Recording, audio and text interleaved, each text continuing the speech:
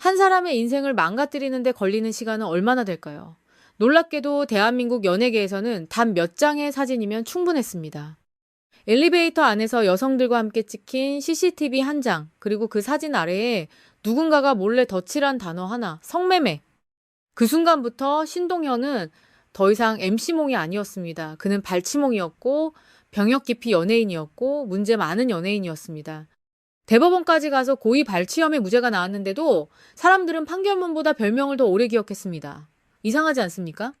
법원은 무죄라고 했는데 대중은 끝까지 유죄라고 믿었습니다. 누군가는 여기서 묻습니다. 그럼 억울하면 왜 이제 와서 말하냐?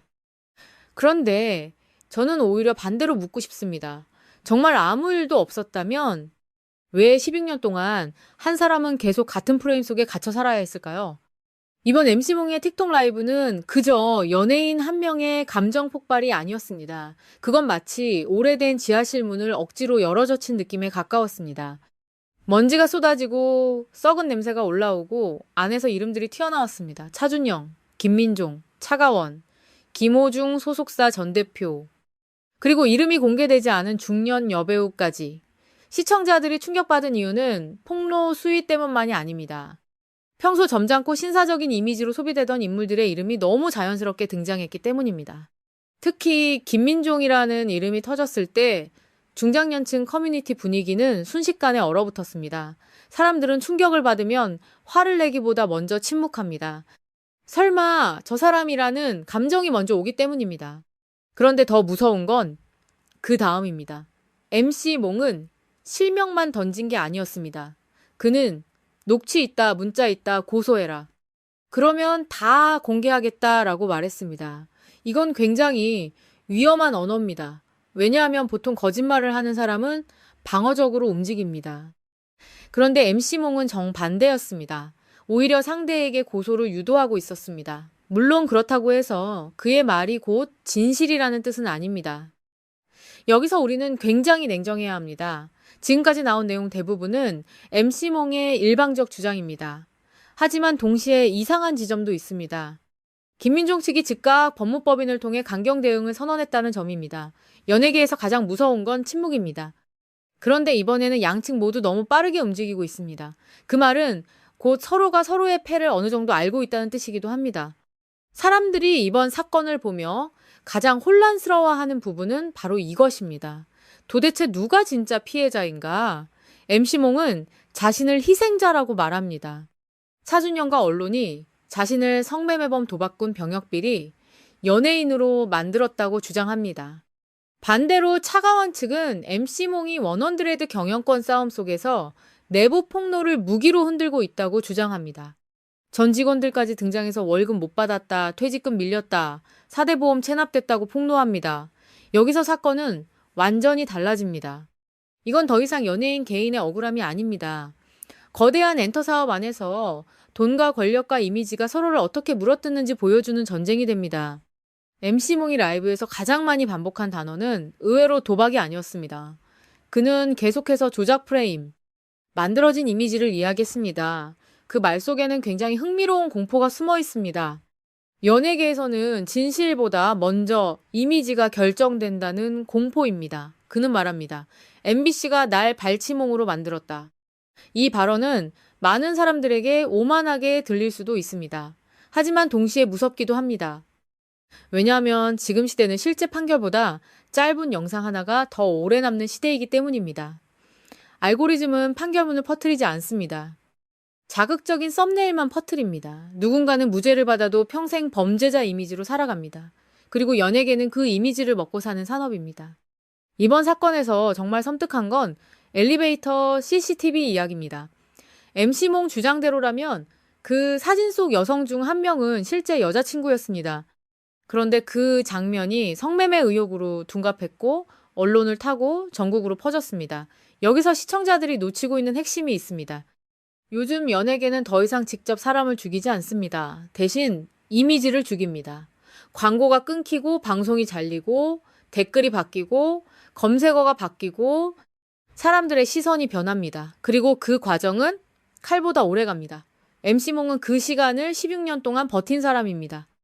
그렇기 때문에 이번 라이브에서 그의 감정이 폭발한 건 어쩌면 예정된 수순처럼 보이기도 합니다. 하지만 그렇다고 해서 MC몽을 무조건 정의로운 내부 고발자로 볼 수도 없습니다. 왜냐하면 그의 말 속에는 분명 감정이 섞여 있기 때문입니다. 그는 차준영을 향해 날 망쳤으면 너는 더 망가져야 한다고 말했습니다. 이건 공익제보자의 언어라기보다는 복수자의 언어에 더 가깝습니다. 그래서 이번 사건은 더 복잡합니다. 선과 악이 너무 명확한 사건이 아닙니다. 서로가 서로의 약점을 알고 있고 서로가 서로의 추악함을 들고 있는 느낌입니다. 시청자들은 지금 영화 내부자들을 보는 기분이라고 말하지만 어쩌면 더 무서운 건 이것이 영화가 아니라 현실이라는 점입니다. 그리고 여기서 김민종이라는 이름이 갖는 상징성이 등장합니다. 김민종은 오랫동안 젠틀한 형님, 의리 있는 선배, 깔끔한 이미지로 소비됐던 인물입니다. 그런데 MC몽은 바로 그 지점을 공격했습니다. 룸에서 팁을 받았다, 롤스로이스를 타고 다녔다, 일본 여성에게 1,000만 원을 줬다. 굉장히 자극적인 표현입니다. 문제는 이런 이야기가 사실인지 아닌지보다 먼저 대중은 이미 상상을 시작했다라는 겁니다. 연예계에서 이미지가 무너지는 건 법원 판결 이후가 아닙니다. 검색창에 이름이 오르는 순간 시작됩니다. 더 흥미로운 건 김민종 측 대응입니다. 굉장히 빠르고 정교했습니다. 명백한 허위사실 민영사상, 책임가족의 정신적 피해, 확인되지 않은 루머, 전형적인 법률 대응 문장처럼 보이지만 사실 이 안에는 중요한 메시지가 들어 있습니다. 바로 우리는 물러서지 않겠다는 선언입니다. 여기서 시청자들이 주목해야 하는 건 다음 단계입니다. 만약 실제 고소가 들어간다면 MC몽은 정말 녹취와 문자를 제출할 가능성이 있습니다. 그리고 그 순간부터 사건은 유튜브 가십이 아니라 진짜 법정 싸움으로 넘어갑니다. 그런데 저는 이번 사건을 보며 더 무서웠던 장면이 따로 있습니다. 바로 MC몽이 죽고 싶었다고 말하는 부분입니다. 사람들은 종종 연예인의 눈물을 연기처럼 소비합니다. 하지만 연예계에서 이미지가 무너진 사람은 결국 혼자 남습니다. 팬도 떠나고 방송도 끊기고 광고도 사라집니다. 남는 건 검색어뿐입니다. 발치몽, 병역 기피, 문제 연예인. 그 단어들이 사람을 얼마나 오래 따라다니는지 우리는 생각보다 잘 모릅니다. 그리고 이번 라이브는 어쩌면 그 단어들에 대한 16년짜리 반격처럼 보였습니다. MC몽의 라이브를 자세히 들어보면 단순히 억울함만 토로하는 분위기가 아닙니다. 중간중간 굉장히 이상한 장면들이 등장합니다. 예를 들어 그는 차가원 회장을 향해서는 미안함을 표현합니다. 차가원은 돈을 진짜 많이 썼다. 자기 돈으로 회사를 키웠다. 나도 미안하다. 그런데 동시에 차준영에 대해서는 거의 증오에 가까운 감정을 드러냅니다. 이 차이를 보면 이번 싸움의 본질이 보입니다. 이건 외부와의 전쟁이 아니라 내부 붕괴입니다. 함께 회사를 만들었던 사람들이 서로를 괴물이라고 부르기 시작한 순간 이미 그 조직은 끝난 겁니다.